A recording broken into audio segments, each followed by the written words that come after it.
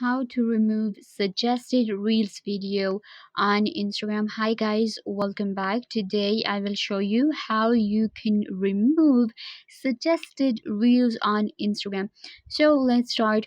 What you have to do is simply log into your Instagram account on your mobile phone or maybe your laptop. So once you're on your Instagram, we know that sometimes when we are on explore, most of the time we find all of these suggested reels and we watch them and we don't like them, and we're like, okay, we don't want this kind of content and we don't want this reel or this account on our suggested. So what you have to do is first you will have to select that reel. For example, this one right here, this is a reel. So let's say that I do not want this reel in my suggested. So what I will do is you will find these three dots right here, the vertical dots.